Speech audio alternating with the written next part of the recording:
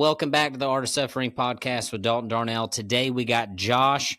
I saw a Facebook video that resonated with me. No, it was a TikTok video that resonated with me really deeply that Josh made. He was talking about it was kind of like a cry for help. Am I mistaken there? That's kind of what it seemed like. It was definitely a cry for help.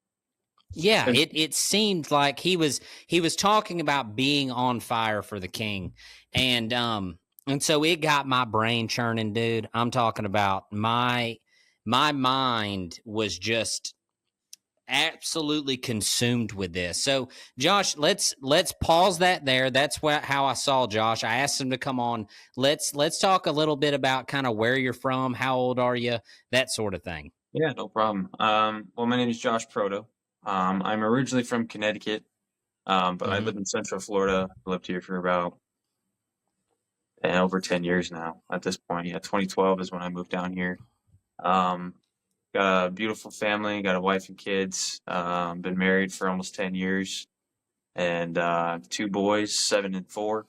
They're actually in the other room, so I'm sure they're going to probably come in at some point. But that's good. Mine's right here, bro. Yeah. He's coming too. Yeah. But yeah, live in Central Florida currently, and it's growing like crazy down here. Can't get anywhere under an hour. It's insane how fast it's growing down here. But yeah, that's me.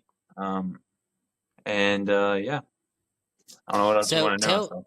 Well, tell me a little bit about. All right, so your TikTok to me is very similar to this podcast. Honestly, it's basically seems like you sharing, like, not only your beliefs but kind of your struggles too, like just your daily walk with Christ. Kind of, how'd you get started doing all that? So, I mean, I'll go all the way back to the beginning. I used to be a Mormon. I used to be part of the Church of Jesus Christ of Latter-day Saints my entire life up until I was about 18, 19 years old. And that's where my foundation is. That's where it all started. Yeah, there's a lot of things with the LDS Church that are very rough and brainwashing and all that stuff. And again, I can talk about that all day. But that's my foundation of where I came to know who Jesus was or Christ was at the time.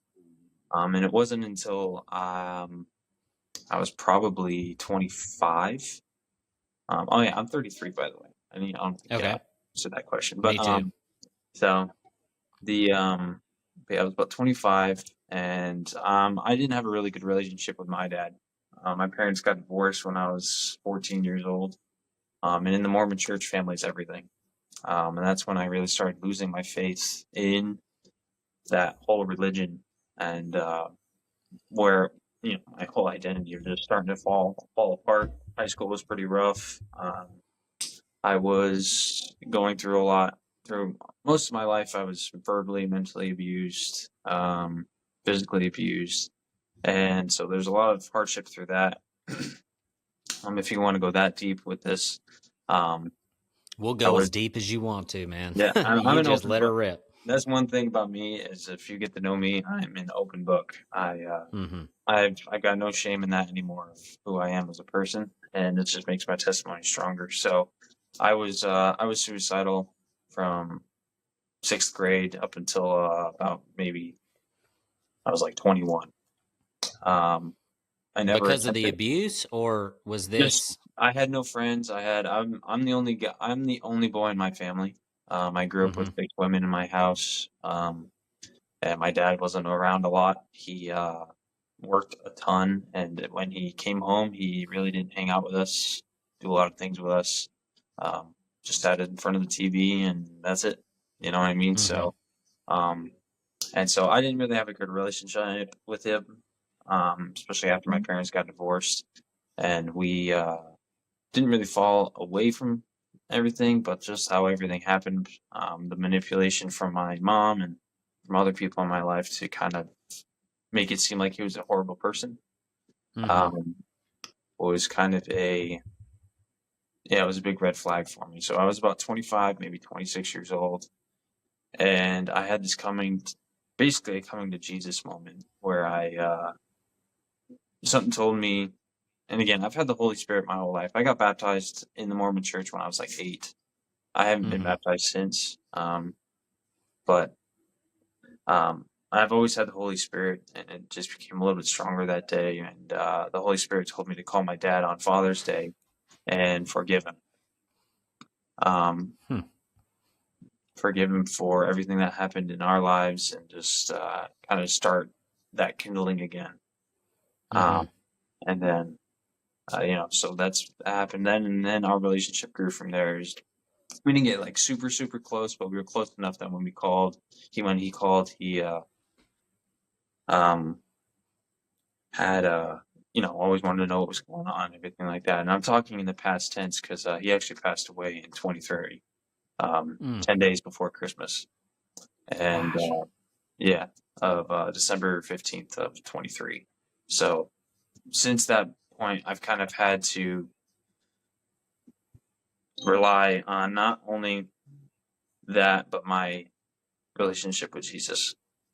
Is when it really, really started to flourish. Was 2023. I always say COVID was the reason, Mm-hmm. but I think if I really, really dig down, it was when my father actually passed away, because um, I've had to break a generational curse with my own kids, try to raise them better, and all that. Mm-hmm.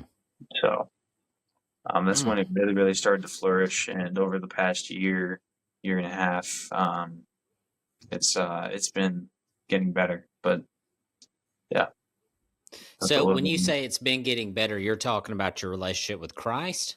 Yeah, Mm-hmm. it's been always up and down with Jesus. It's been a rocky road, and and to say the least. I've had a lot of trust issues with him just because of my Mm-hmm. past and my life, and where I want to be and how I want to raise my kids. You know, Mm-hmm. um, No, 100%. Well, it's funny. So my granddad was a marriage and family counselor. Okay. mhm, And he used to make everybody that came to him for counseling, the first thing he asked them to do was to draw a picture of what they thought God looked like.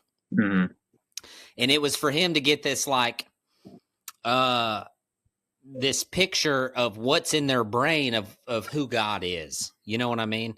And a lot of times our dads, I think, uh our dads, our grandparents, our forefathers, so to speak, the men in our lives who have fathered us, uh, create either a really good depiction of what Christ is or like a really bad one. You know what I mean? And it's funny. I don't know why. I all I've gained from this little exercise my granddad did for myself is this unbelievable weight of my responsibility to my sons. mhm. You know what I mean? It's like, okay, if Yeah, I'm going to be what they draw their picture of Jesus as, that ain't yeah, good. yeah, We're in exactly. trouble, boys. You know what I Yeah, mean? So it's very interesting to me. I've had other guys on the podcast that, dude, their dads were freaking just, oh my gosh, villains of mhm, stories. You know what I'm saying? Like, dude, the yeah, stuff these guys would talk about is like, how do you even come out of that having a mhm, relationship with Christ and then seeing him as a father and that be a good thing? yeah, And this one sounds similar to that. You know what I'm yeah. saying? Like that I wouldn't that's say my spooky to dad. me. Yeah, I wouldn't say my dad was like a villain. Like, I mean, yeah, he was abusive and everything, but like not in a way. I've heard other stories too. You know what I mean? Like, Mm-hmm. yeah, I've heard stories of, yeah, my dad used to throw me across the house just because he wanted to, or used to beat Mm-hmm. me an inch in my life and whatever. And I'm like, oh, I mean, I never got that. Praise God, Mm-hmm. I never Yeah. got that. But Yeah. it definitely puts a tamper on who you think Jesus is in your life, if you know what I mean. Because it's like, Yes. is he this dad of like, if you do something wrong, you're gonna get smacked upside the head, or you're gonna Mm-hmm. be rebuked for like the rest of your life? So it's hard Yeah. to differentiate between that and who Jesus actually is. Yes. Yes. And I'll tell you this, man, like I spent my whole life thinking I wasn't worthy. That was my thing. It's like God doesn't want me because I'm a piece of shit. Hmm. Like Yeah. literally. And my dad and my granddad were both believers and taught me the Bible and all the things. But they were so good. Like they Hmm. were good people. And so I was like, man, I'm never going to be that. I'm never going to be that. And until I came to the realization that like he wants you anyway, until I knew who he was, like really had a relationship with him, uh, it wasn't even in the realm of my brain that it could even happen, you know. Okay, so let's talk a little bit about the TikTok I saw. So explain to everybody watching kind of where you were at in that spot and what you were saying, and then how many views did that thing get? Because it was So running up pretty hard when I saw it. yeah, I on TikTok it didn't do as well on Instagram. And Instagram it's at over 34,000 views. Mm-hmm. On TikTok it's probably right around 8,000. Mm-hmm. I even just put it on my YouTube and that's going crazy too. So, Yeah. um, but I think the reason I posted that was I just had this, honestly, I see everybody on TikTok, a lot of the people I follow are just like, Jesus is this, like just totally like a different mindset of who they are with Jesus. Mm-hmm. And part of me was like, that's what I want. That's what I need. Mm-hmm. And I don't have that and I don't know Mm-hmm. why. So I made the video kind of just putting myself out there, just being completely honest, not trying to BS anything, just trying to be just genuine. And I'm not Mm-hmm. like that. I try to be like that on every post I make. But this one just felt different. I just pressed record and just started talking. Mm-hmm. And it's the truth. Like I genuinely, because of what I've dealt with in my past and where I am now, I can't figure out how to be on fire for him. And I understand Mm-hmm. that a lot of the comments were saying you can't be on fire for him all the time. Mm-hmm. Because I mean, we're human. We've got to try to process and understand what that even means. And I Mm-hmm. get that. But the thing is that like I want to be able to wake up in the morning and be grateful to go to work, grateful to have the food in my stomach, the house over, like all the time. Mm-hmm. And I've had that. I've been on this journey since 2019, really, of trying to figure out how to be on fire for him. Mm-hmm. A little backstory on that is in July of 2019, my mom called me one day because she had just come down. We were living in Virginia at the time, and my mom came down for my oldest's birthday or something like that. Mm-hmm. And she was telling me that there were some things that I was doing that reminded me a lot of what my dad did when I was little. Mm. And I freaked out. She's Mm. like, you That's might need to go stung. to, yeah, she was like, you might need to go to anger management. And as she said that, I freaked out. I just totally had a massive Mm-hmm. breakdown and I hung up the phone on her. And I can't remember at this point of if I called her back or if we didn't talk for a minute. It's been, that was 6 years ago. But since that conversation in July of 2019, I have completely 180'd from that person as Mm-hmm. I had to. And then Mm-hmm. literally COVID happened of, March of 2020, the world decided to just shut down. But that was Mm-hmm. the push I needed to really figure out who I was and Mm-hmm. what I needed to change. And I downloaded TikTok and then I started doing that. And I mean, this is actually the second time I've had a TikTok. My first TikTok account had over 60,000 followers on Mm-hmm. it. But I wanted to like kind of like start over, take a break. But that's a little backstory from that of where I've come as a person. Mm-hmm. Um, and that was the spark to try to figure out how to be on fire for Jesus. So when I made that video, it was all genuine. And Mm-hmm. it's like another restart for me because I'm 33 now. Jesus died when he was 33. And I'm like, okay, Mm-hmm. it's time. It's time to Mm-hmm. just focus and Yeah. Mm-hmm.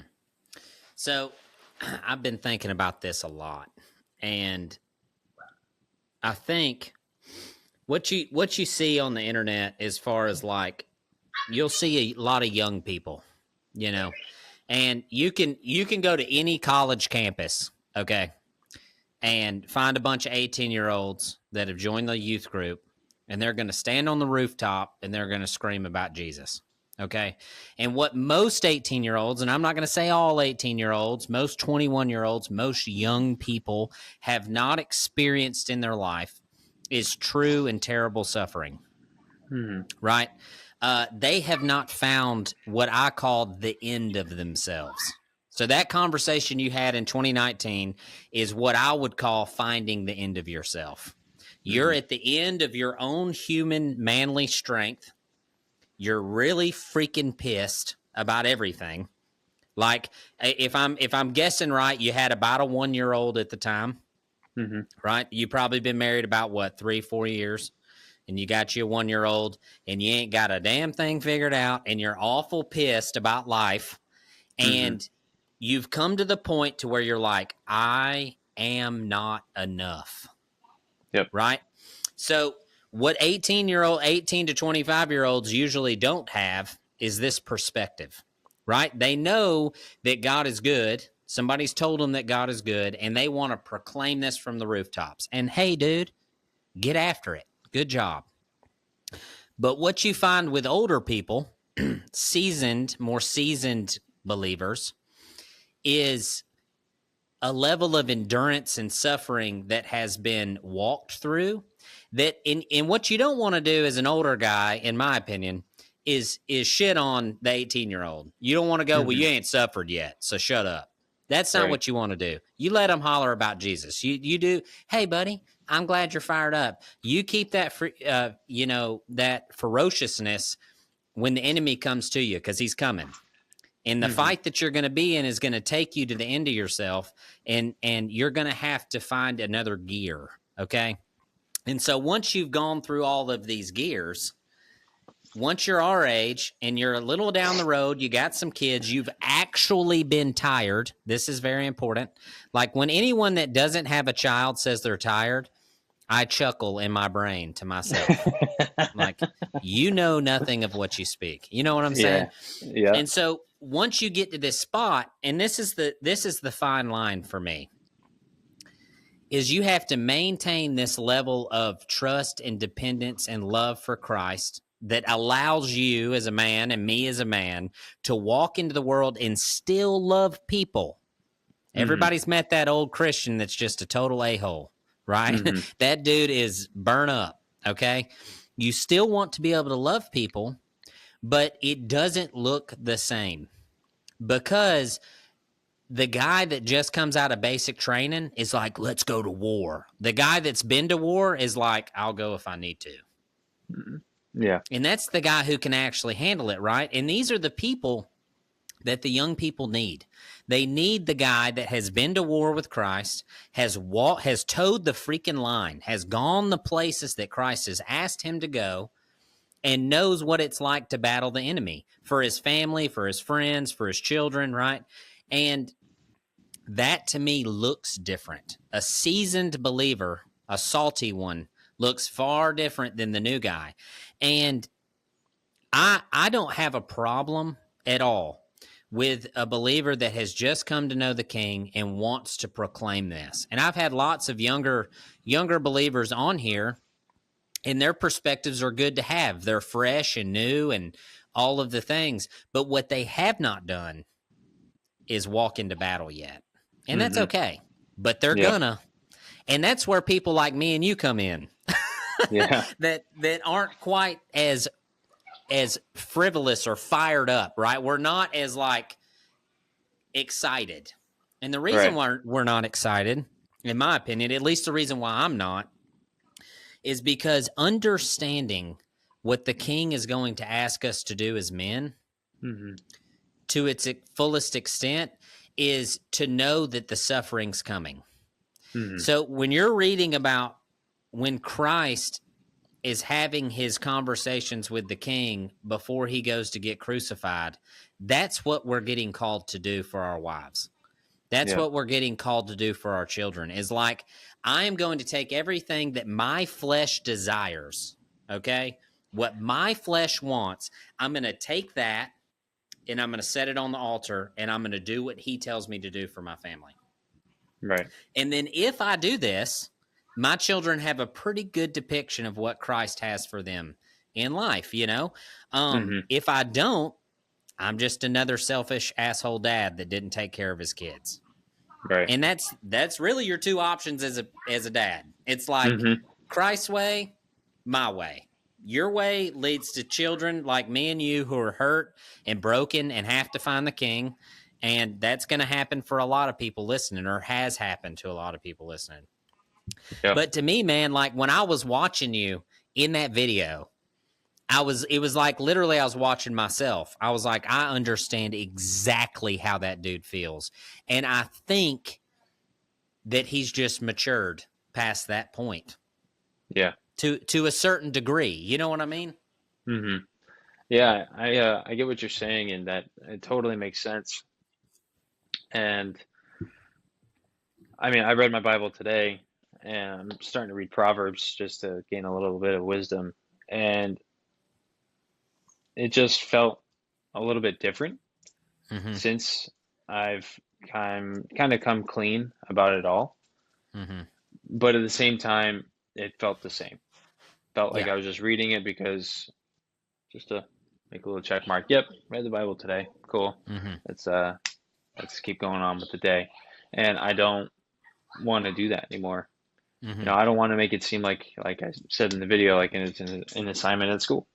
I don't want that to be a thing. I want it to be like, okay, I'm going to spend time with God for however long, a half hour to an hour, whatever. And I want to be fully in.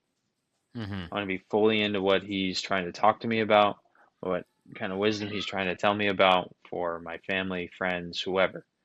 And I actually made a video yesterday. I don't know if you saw it, but I made a video yesterday kind of asking another question, is how do I get to a point where I share the gospel and I don't sound like a salesman?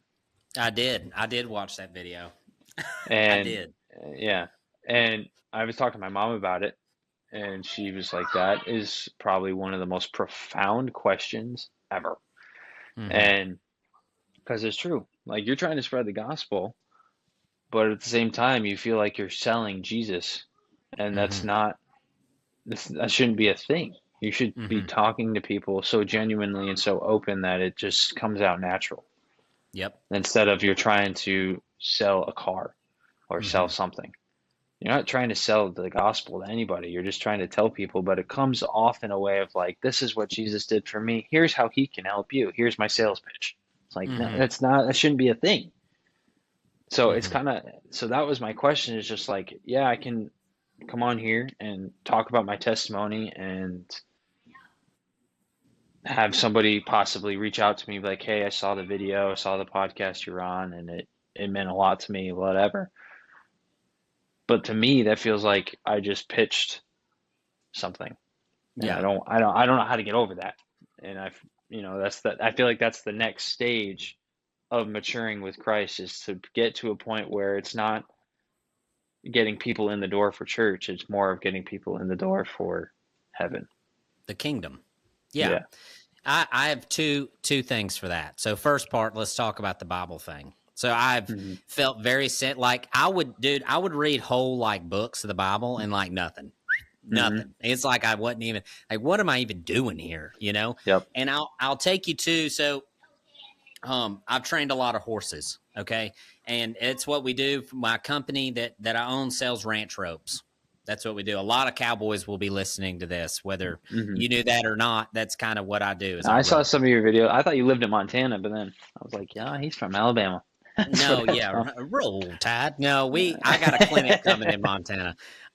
So what I started doing is one of the horsemanship principles, okay, is you always quit on the try. Okay. So if you get a horse, if you're asking a horse to back up and they're backing up like a puke and they don't want to freaking do it and they're wallering around, right? You don't quit them right there. You keep them going until they give you a little effort, like a little bit of speed or effort or whatever you're looking for. And that's when you quit them. Then you get off and you do something else. Okay. And what this does is it quits them in a good spot. They say in their brain, right? Oh, if I just back up hard, he'll quit me. Right. And this will go through the entire horse. You can do this with every principle. I started applying that to reading the Bible. So I read the Bible until something resonates, and then I quit. I go something else. So like Proverbs is a dang good one. So you'll be rolling along in Proverbs, and you'll run across like, if a man doesn't work, he doesn't eat. And you're like, ooh, that means a little something to me. Quit. Mm-hmm. Shut the book and go do something else. Go walk with the King. You know what I'm saying? And so a lot of times, like the other day I was reading, and the verse that hit me, I'm pretty sure it's in 1 James. I can't remember the exact verse, but it basically said, if a man knows the right thing to do and doesn't do it, that's a sin for him. I was like, ooh, baby. Mm-hmm. That's easy. Let's go. Yeah. Like I can do that. That makes complete sense. And typically for myself, because I am foolish, it is very like those simple ones like that. I'm like, dude, I can get behind that one. So with that being said, to the second part of the question, the salesman part. So I have a totally different perspective on this than the church for sure, because I don't go to church. As a matter of fact, I'm not a fan, really. I'm really not. Mm-hmm. I know there's good ones out there, but dadgummit, there is a lot of bad ones too. And that's for sure. I'm more of a, I love Jesus. I want to be like him. You know what I'm saying? Mm-hmm. And I want to go out into the world and be like him. And so my company's name is 310 Ranch Life.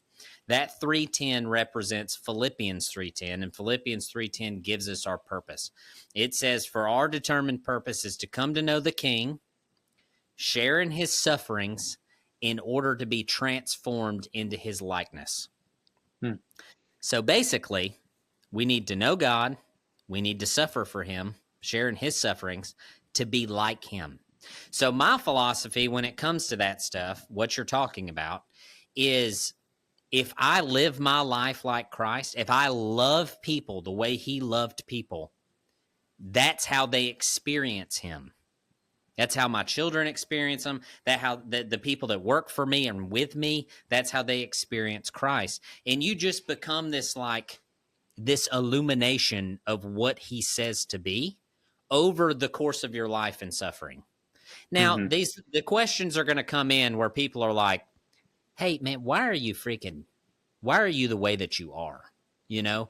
And I've had tons of conversations over the years where people have asked me stuff like this. And my response would be, do you want the answer for a non-believer or a believer? Mm-hmm. Like, am I talking to somebody who wants to know Christ, or am I talking to somebody who doesn't care about that? And I will ask them that. So which one do you want? Because I'm just having a good day. Or I got a king that loves me and takes care of me, and I want to be like him. And that's where that comes from. And so I made this freaking post, man. And it's so stupid, but I was waxing ropes. We wax ropes, and I'm waxing these ropes. And I was talking about, like, if you're married and one of you becomes a believer and the other one doesn't. Okay. Mm-hmm. That's my relationship. Yeah. So I was talking about, I was like, the last thing you want to do in that situation is walk in and start condemning that person. Hey, the music you listen to is trash. Turn that shit off. I'm not going to have, and like, there's levels. You know what I'm saying? Like, I don't want my 6-year-old listening to Lil Wayne. Okay. Sure. Let's be reasonable about it. But like, if you can't, as a believer, sit in a freaking car and listen to Lil Wayne and not sin, come on, dude. Jesus sat with me and listened to Lil Wayne when I was young. That's what I'm getting at. So I say all this stuff, and I'm like, you just need to love them. Mm-hmm. Just love them. And then when they say to you, hey, man, why don't you want to listen to this music? Why don't you listen to this music when we're in your car anymore? So, well, I mean, I just don't, it makes my heart feel bad. Keep it pushing. Yep. Just love them. That's it. Mm-hmm.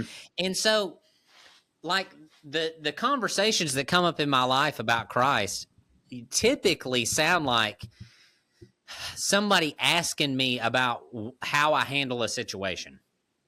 You know what I'm saying? Like, somebody might say to me, why do you spank your kids? I'm going to say, well, it says in Proverbs, spank your kids to save them from the devil. Like, literally, it says that. And so, do I beat my children? No, I don't. No. Do I slap him on the fanny when he's being a turd? You bet. You know what I mean? Mm-hmm. Like, come on, man. Like, and that's what people, there's this pendulum, and people are either like way over here or they're like way over here. And there's this little sweet spot where Proverbs lives. It's like, hey, this is just what's good to do, you know? Yep. And so I think all of your questions are questions that every single person on earth has, that nobody fucking says them. Nobody ever says it. I don't know why they don't say it, but they don't, because everything that I've watched come from you, I'm immediately like calling my buddies. I'm like, hey, man, what you think about this? And they're like, dude, I don't know, but I feel like that all the time. You know what I mean? We talked about it in a small group last night. I told the guys, I was like, I got this guy coming on the freaking podcast, dude. Listen to this shit he put on the TikTok. And they were like, man. Yeah, no, I'm not kidding. And I told them my thoughts on it, like as far as being like hardened, like a warrior. That's the way I look at myself and other men, is like, that's what you're called to be. And you know, once you go through enough battles, and it sounds like even before you became a believer, the king was like freaking knocking you down a peg, you know? I mean, one of the biggest, also another big influence in my life is my uncle. My uncle has, I mean, he's the one who really introduced Jesus to me when I was like 12. And then I started going every time when I turned 17, I used to come down every summer and hang out with him and his family. And, you know, that was also another reason how I know Christ now. It wasn't until he really took me under his wing. I call him my dad now because he's been more of a father than anybody. But earthly father, if I was going to say that. You know? No, bro, my people are real chill. Ain't nobody coming on here. I talk about all kinds of crazy shit on here. These people are like, they're not going to catch you off guard. You know what I mean? Like, yeah. Cool. I mean, the reason I'm so hesitant is because of I've lost so many friends and people in my life over the past year, ever since frickin' the election and all that craziness. I've lost my wife and I have lost a lot of friends and a lot of people just because of what I believe in and what I stand for. We've had, she just lost one of her best friends because of who I voted for and what I believe in. And that to is a point so where dumb. to a point where she basically said that she should divorce me and take the kids, pretty much. Oh my gosh. That lady don't know Jesus. Oh, heck no. Trust me. There's even another couple that we were really good friends with. I was in his wedding and all that stuff, and just because of what I believe in and again who I vote for and all that stuff, they just don't want to listen. And you know, it's really, really sad. But other than that, it's all good.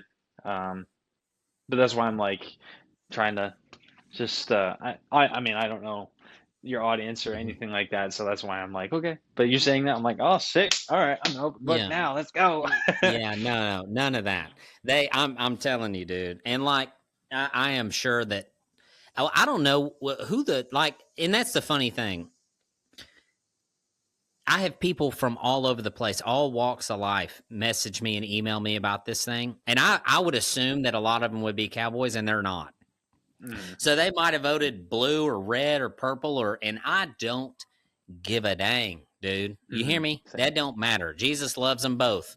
And the fact of the matter is like, getting hung up on stuff like that is the wrong focal point, in my opinion. Like 100%. That does not matter to me. So let her rip.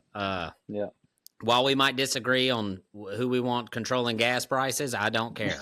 I mean, honestly, because they're still freaking high, regardless of who we voted for. They're freaking high, bro. I have a gas station right down the road from me, it drops down to 275, and I'm like, oh, sick. And then all of a sudden, it drops Boom! up Right back 45 up. cents in overnight. Yes. And I'm like, dang it, I had to get gas today, and I waited. You know Yes. what I mean? No, 100%, bro. All that stuff is fleeting. It's just fleeting. And here's the thing. Here's my philosophy. And you tell me what you think, okay? If I just take care of my house, the world will change. Yeah. If I raise good sons, if you raise good sons, then in 15 years we're rolling. We're in good shape. It's crazy. I mean, my kids are great. I mean, they haven't come in once, and they're just chilling. They're playing Paper Mario games or whatever. Mm-hmm. But when we go out to restaurants, or we actually had to take my dog to the vet the other day, like I have people coming up to me like, your kids are incredible. They sit, they're quiet, they're all this stuff. And I'm like, okay, thank you. Yeah, right. I'm like, yes. Yeah, Awesome. I'm the same way, dude. And but yeah, I mean, I totally agree with that. Like I mean, it all starts at home. Like if you aren't going to parent your kids, of course they're going to be absolute menaces out in the world one day. You know what I mean? So it's like it all starts here. So yeah, that makes sense. If you started the house, yeah. Yeah, period. And like that's the thing, dude. It's like I have a relationship with the Father, with God, that like I love him and I want to be close to him and I cherish my relationship with him and I am fearful of him. This is the king of the freaking universe, dude. Like, are you kidding me? And my kids love me and feel safe around me, but also know that if we're going to act a fool, we're going to get punished. And like, that's a thing, dude. Like, you know, like that's part of being a dad. And so I found myself through being a father, like really having a heart for the father. It's like, this is a really hard job because sometimes it's like, I don't know whether to spank you or hug you. And I kind of fall to the side of hugging. I'm like, okay, come here. Good grief, dude. What are you doing? 100%. You know, I know you're better than this. And I think our Father in heaven does that too. I think he leans toward like, come here, man. Come here. Let me love on you because you dadgummit, you're being an idiot, you know? And then there's other times, and what I look for, and if I'm being completely honest, like in my kids, like my kid can be a total dink. He can be being a total dink. And if I correct him, and my phase one is that'll do. Hey, that'll do. Right? If the response to that is softness, my bad, Dad, we're done. That's it. I'm not going to come across the house on you with a belt. I'm not going to do it. And I feel like the same thing, God does the same thing. He gives you the, hey, that'll do. That's enough. Right? What I look for is if I say that'll do and the dude flies me the middle finger. It's like, fuck you, man. I'm like, no. Now we're going to whoop and ride in a little bit. You know what I mean? My 4-year-old's like that right now. Oh, yeah, baby. That's good times, dude. That's good time. Oh, my goodness. I don't know, man. It's so hard. Like I say all the time on here, and the people listening are like, yeah, he's going to say it again. But I truly believe that if a man comes to know his true responsibility in the world, a smart man quickly realizes he needs Jesus. Oh, yeah. Like quick. Like that, you saying that, bro, there are so many times right now that, I mean, I'm an assistant supervisor I work at SeaWorld. So I run brain work. I run roller coasters. So I'm a mechanic, and I'm working my hands all the time. I absolutely love my job. But being an assistant supervisor has taught me how many people need Jesus. Like the guys I work with, you know, they talk about all the worldly stuff, and I'm just like, you know, they're not teenagers, but they're in their mid-20s. They're talking about who they smashed the other day, what they went to a strip club with their girlfriends are okay with it, and I'm like, oh, y'all need Jesus so bad. You don't even understand the damage you're doing to yourself right now. And like I mean I pray for them every day, and I have these little snippets every so often about like what you're doing is not good, man. I'm telling you, your heart is, you're trying to, I've even had conversations with them. I was like, there's a hole in your heart. You've been hurt by something, and One of them was engaged and found out his fiance cheated on him. Mm-hmm. Another one has a child. She lives in Arizona with a girl that he met in the army. Mm-hmm. All these things. And I'm like, you got hurt by something. And there's this hole in your heart that you're trying to fill with sex, alcohol, eating, whatever it is. Mm-hmm. And I'm like, the only thing that can fill that hole is Jesus. I promise you. And that's it. Yeah. That's it. Literally, I have struggled with lust and pornography for years. Mm-hmm. And I have gone 3 months without doing anything. And then all of a sudden, like, just out of the blue, just whatever. And I'm like, what am I doing?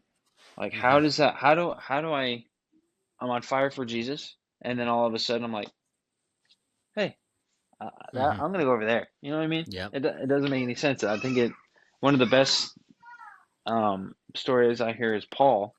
You know, I think, what does it say? It says, like, I do the things I don't want to do, but the things I don't want to do, I do, and the things I do, I don't want to do. Mm-hmm. So it's like that battle of your flesh and everything like that. And so I think that's one of the biggest struggles right now for me, is to cut my flesh off as much as possible, Mm-hmm. because the pornography and the lust has hurt my marriage so much. Mm-hmm. And that's what I tell these guys, my guys at work. And I'm like, you got to understand that, yeah, you're hurting, but there's nothing else that's going to fill that hole, no matter how much you do it. Mm-hmm. It's not going to help. Yep. Jesus is literally the only thing. The hole that you're filling is a cross, bro. Mm-hmm. And Jesus is the only one who can fill that. And he's already filled it. You just have to accept it. Yep. And seek and you'll find. Knock and the door will open. Ask and you shall receive. And it's one of those things, man, where, like, you're planting seeds. That's it. And for me, I've come to the spot in life where, like, I just sow in seeds, and someone's salvation is God's. Mm-hmm. It's like my bride, my wife, right? I don't know today. She has never proclaimed to me out loud, I believe in Jesus. I've never dunked her in water. I've never, now I pray with her. And she sits and listens and says amen. I pray with my sons in front of her. We talk about all of these things. She does not read her Bible, right? She'll listen to a little Lauren Daigle from time to time. But when I read in 1 Corinthians, it's either in 1st or 2nd Corinthians, but I read a verse that said, your wife and your children will be sanctified through you, right? And here's the thing, dude. You're not going to change a single person's heart. Dude, that is literally gold, what you just said. Now, I came to that realization when I tried to save my wife, because she's the same exact way. I pray with her, pray with the kid when the kids are around, we read the Bible, all that stuff. But she doesn't do it on her own, and that's fine. But I tried to save my wife, and was pushing her away at the same time. It don't because work. I was trying to do that. It don't work. It And don't so work. I 100% agree with that, because I actually made a video back in the day, and I was like, you want to know what the saddest thing about being a Christian is that I can't save you. There's nothing I can do on this earth that can save you. Yep. That's only God's job. My job is to just tell you about him, and it's up to you if you want him or not. 100%. And that's a special place the crazy. to it's good. Yeah, and that's the thing about free will that is so hard to understand. It's like, you have a choice to do this or that. God's not going to make you do this one or this one. You have the choice, and he's going to be like, I knew you were going to do that,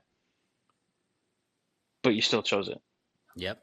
I had no involvement in that. My uncle always says there's two things you have control over in your entire life. It's the choices you make, and it's the attitudes you have toward everything. If you have a good attitude toward the choice you're going to make, it's probably going to end up pretty good. You have a bad attitude toward one thing, it's going to end up bad. Yep. That's the only thing you have. That's the only two things God has no control over. And it's how you live life. It's how you live life. That's exactly what free will is. Mm-hmm. There's tons of people who commented on that video where I said you don't condemn people. That were like, you are a beta male. You're not leading your family. You're not doing this. You're not doing that. And I was freaking butthurt, buddy. In the first couple of ones, I was like, you sorry, I was pissed. And then I started watching The Chosen, which is exceptional. Holy crap. I haven't watched season 5 all the way through yet, but dang it. I just got to season 5. But I was like, you know what, man? You're Pharisees. That's what you are. Like that guy sitting in that room condemning that woman for washing the king of the universe's feet with her hair. Yeah. Can you imagine saying that to Jesus? Holy crap. You know what I mean? And that's what these people are. They've never experienced it, right? Half of them were freaking teenagers. I was like, you're not even married. You're not even married. Shut up, And there's all this stuff in Proverbs that talks about better to be thoughtful than open your mouth and remove all doubt. You know what I'm saying? So, and really, I've came to this point in my life where I'm just like, if I know it's right, do it. And if I don't, it's a sin.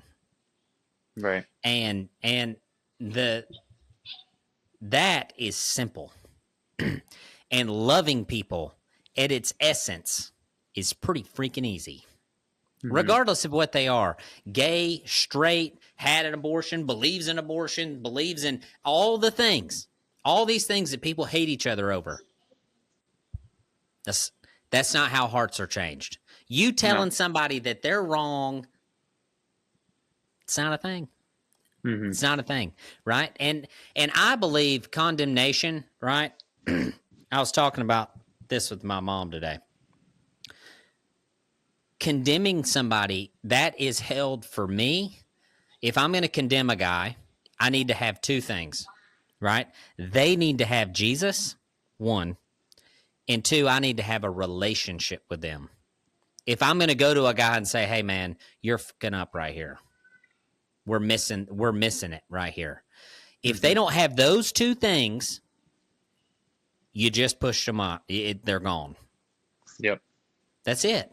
And other than that, you just love on folks. You just love them, right? Yeah, and that's a small group of people that I can say that kind of stuff to, Yeah, and I think another thing I have a real hard time to, especially with the guys at work, is not being judgmental. Because I've never done any of those things that they've done. So having God change my mindset of not being that judgmental prick. Of like when they talk about it at work and I'm just, doing my own thing, but I'm listening and not giving them a look of like, I'm so much better than them because I have Jesus. It's like, no, you're just as bad as them because you're being judgmental right now, which is the same thing as what they're doing. Yeah. So it's like, and then you feel like it's like a lose-lose, but at the same time, you're doing your best to love on them and show them that the way to, like I was saying, to fill that hole is Jesus. Well, I think you can hate the sin. Yeah. You can hate the sin and be empathetic and love the guy.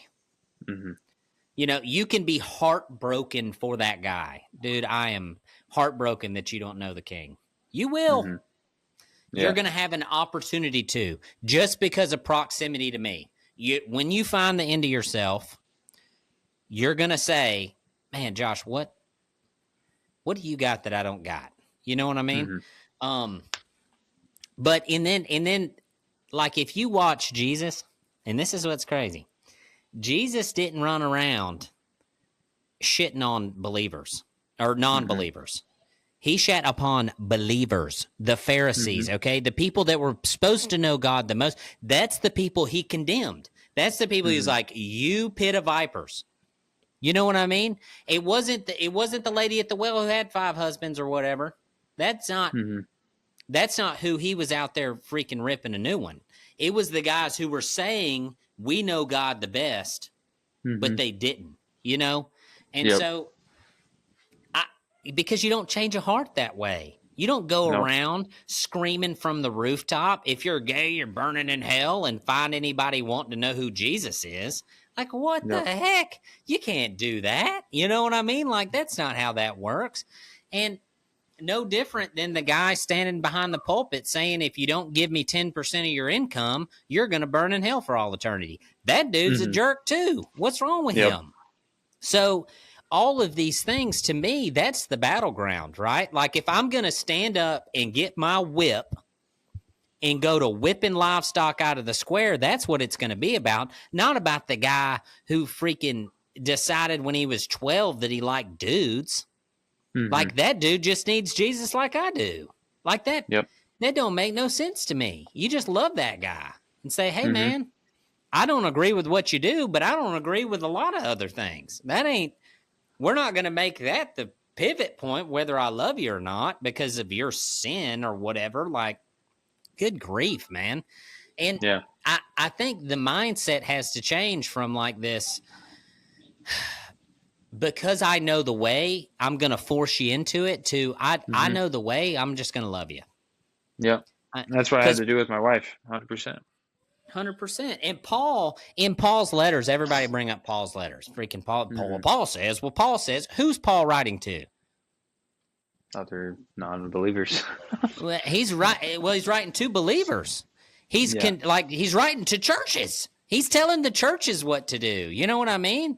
And the churches have to do this in order to love the non-believer. Right. I don't know, man. It don't make no sense to me. It doesn't make sense how complicated people make it. Yeah, and that's the thing, is that, like, it's so simple. And I think that's the issue, is because of how simple it is. And people can't, I mean, you gotta, like Proverbs 3:5-6, like, you can't lean on your own understanding. Because it doesn't make any sense. That's simple. It's KISS, man. Keep it simple, stupid. Yes. Like, it's not that hard. It's not that hard. But then the believers like you and I and other people make it harder for a non-believer to believe, because we're trying to overcomplicate it. And well, the reason why people hate Jesus is because of Christians, not because of Jesus. That's you ain't gonna find somebody that ain't running to just some dank of a Christian. Like, this guy is a dank, and I don't want to be around him. Well, you know what? Me neither. But Jesus ain't like that. Like, he's a bad representation. You know what I mean? It's like, you know, it's how I think about, like if you go to talking about race, like trailer trash, like white people that are just freaking trashy white people. It's like, dude, you're making me look bad, man, and I didn't even do nothing. I was just born this way. You know what I mean? Like, I don't leave an old beat up hoopty in the middle of my front yard. I cut my grass. You know what I'm saying? So it's the same with every sect of people you're going to find.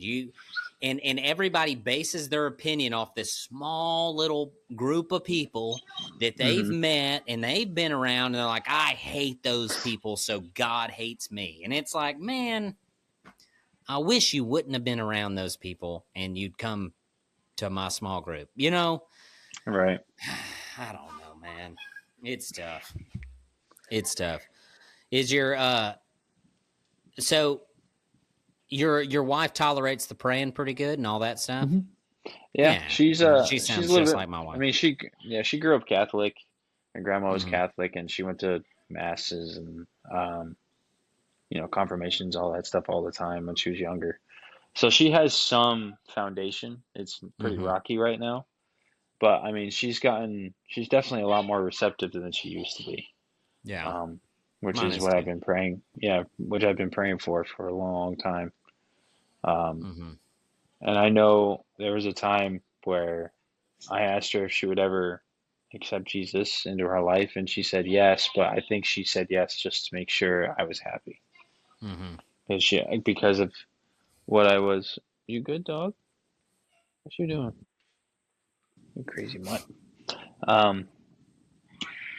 But I think she was just saying that just to, like, make me happy instead of what she wanted. And so that's when I kind of started to not force her to be a believer like I am. Yeah. And